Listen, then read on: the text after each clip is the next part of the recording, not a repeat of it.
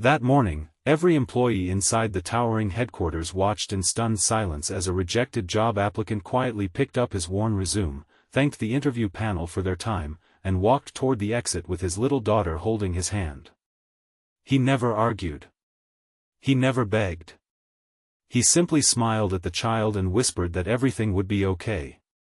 But less than 3 minutes later, the billionaire CEO burst through the lobby doors, sprinted after the struggling single father, and shouted for him to stop. Hundreds of employees froze.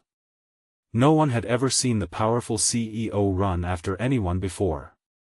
If you believe kindness can change a life, forgiveness can heal broken hearts, and hope deserves a second chance, please like this video, leave a meaningful comment, share this story with someone who needs encouragement today, and subscribe to our channel so our community can continue growing through stories that inspire compassion.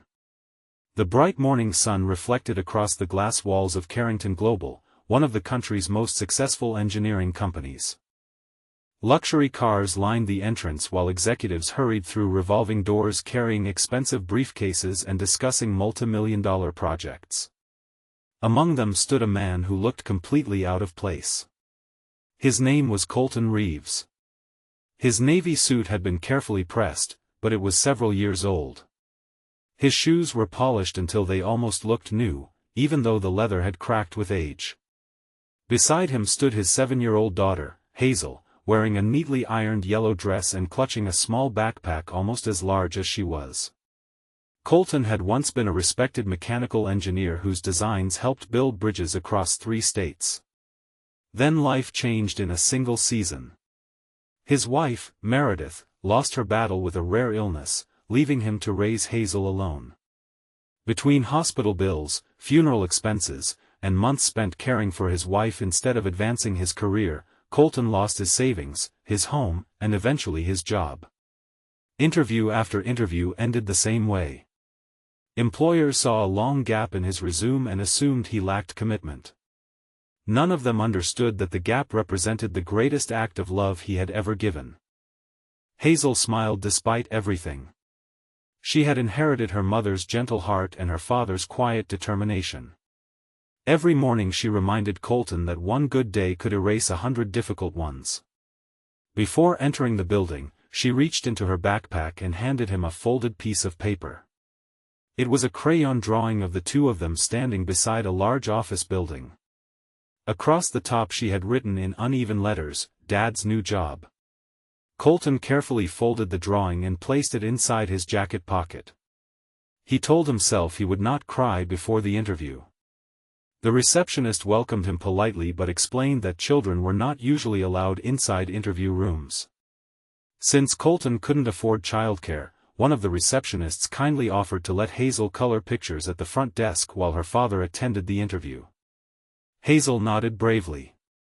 She waved as Colton disappeared into the conference room. Inside waited 3 senior executives and the company's human resources director. The questions began professionally enough. They asked about engineering principles, leadership experience, project management, and technical knowledge. Colton answered every question confidently because experience had taught him far more than textbooks ever could. Then someone noticed the 4-year employment gap. The atmosphere changed immediately. The panel questioned his commitment. They questioned whether his skills were outdated. They questioned whether he could handle pressure after spending so many years away from major projects. Colton explained honestly that his wife had been terminally ill and that caring for her had been the most important responsibility of his life. One interviewer looked sympathetic. Another simply wrote notes. The interview ended much sooner than expected.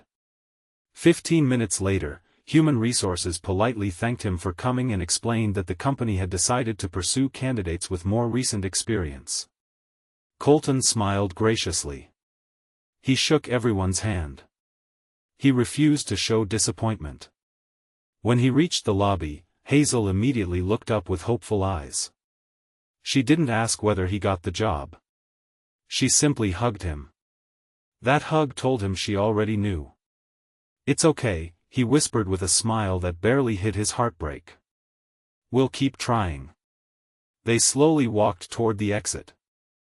On the second floor above the lobby, Billionaire CEO Graham Ashford had just returned from visiting one of the company's manufacturing plants.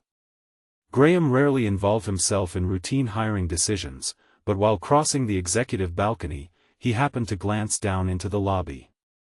He noticed something unusual.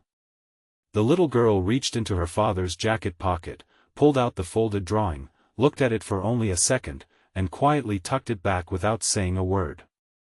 Then she squeezed his hand even tighter, almost as if she were comforting him instead of the other way around. Graham stopped walking. Something about that moment reminded him of his own childhood. His father had once spent nearly 2 years unemployed after a factory closed unexpectedly. Graham still remembered watching his mother secretly skip meals so he and his sisters could eat. He remembered promising himself that if he ever became successful, he would never judge people only by the dates on a resume. He immediately asked for the interview file. Within seconds, his assistant handed him Colton's application. Graham's expression changed. The rejected applicant held patents for 2 structural innovations that Graham himself had admired years earlier. How had the hiring committee overlooked that? He quickly scanned the interview notes. Every concern centered around one thing: the employment gap. Without another thought, Graham rushed toward the elevators. By the time he reached the lobby, Colton and Hazel had already stepped outside. For the first time in years, employees watched their billionaire CEO run. "Please wait." The words echoed across the entrance plaza. Colton turned around, confused.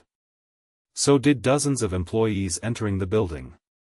Graham reached them slightly out of breath and apologized for stopping them. He looked directly at Colton. He said he had read the interview notes. Then he asked a question no one expected. "If your wife needed you all over again tomorrow, would you make the same decision?" Colton answered without hesitation. "Every single time." There was no bitterness. No regret. Only love. Graham smiled. Then he looked at the interview committee, who had gathered behind him after hearing the commotion. He calmly explained that technical skills could be refreshed through training. Software could be updated. Industry standards could change. But integrity, loyalty, sacrifice, and character could never be taught in a classroom. A man willing to sacrifice his entire career to care for his dying wife was exactly the kind of leader the company needed. The lobby fell completely silent. Instead of offering Colton the position he had originally applied for, Graham surprised everyone again. He offered him something even greater. A 6-month paid engineering fellowship designed to update his technical certifications while placing him alongside the company's best engineers. Upon successful completion, he would become Director of Infrastructure Innovation. Colton stood speechless. He had entered the building hoping for any job. Now someone believed in the man he used to be.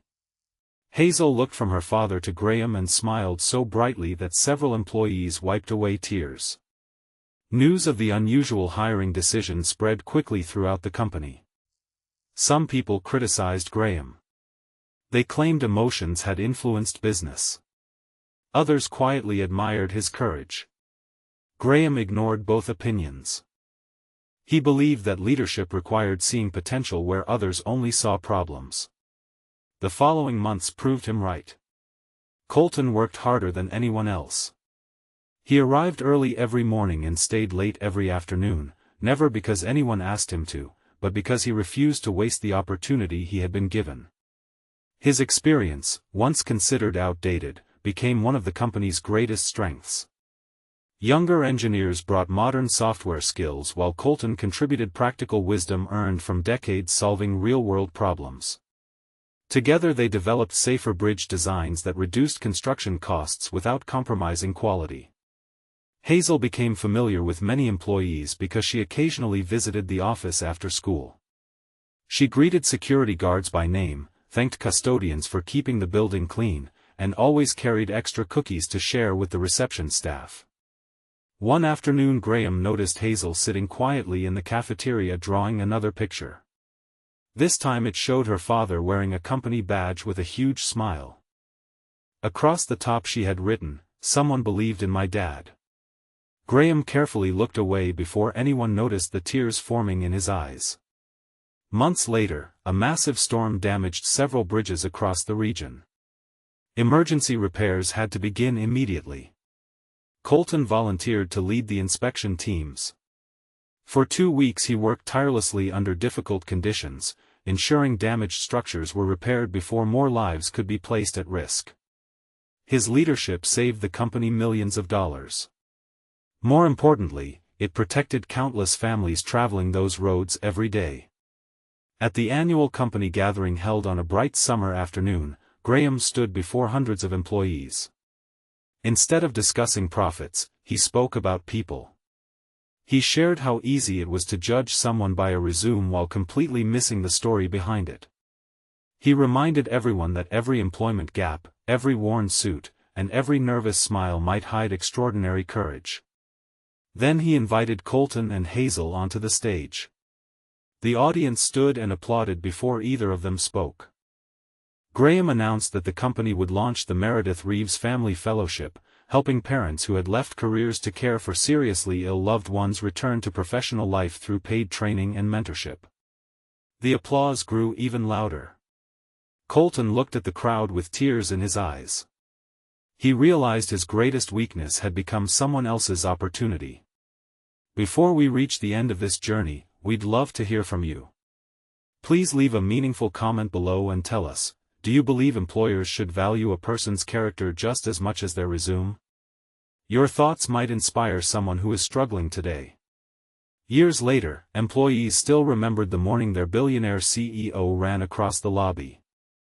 Not because it was dramatic, but because it reminded everyone that true leadership isn't measured by wealth or power.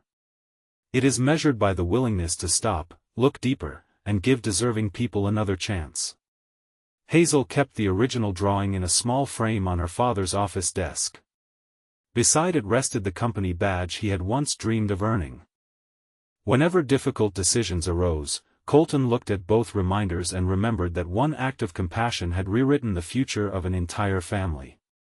And Graham never forgot the lesson either. Every time a resume crossed his desk, he looked beyond dates and titles. He searched for courage, sacrifice, resilience, and hope, because those qualities built stronger companies than talent alone ever could. If this story touched your heart, please like this video, leave a meaningful comment, share it with someone who needs hope today, and subscribe to our channel so you never miss another emotional journey. Remember, sometimes the greatest opportunity in the room isn't the person with the perfect resume, it's the person who never stopped choosing love, even when it cost them everything.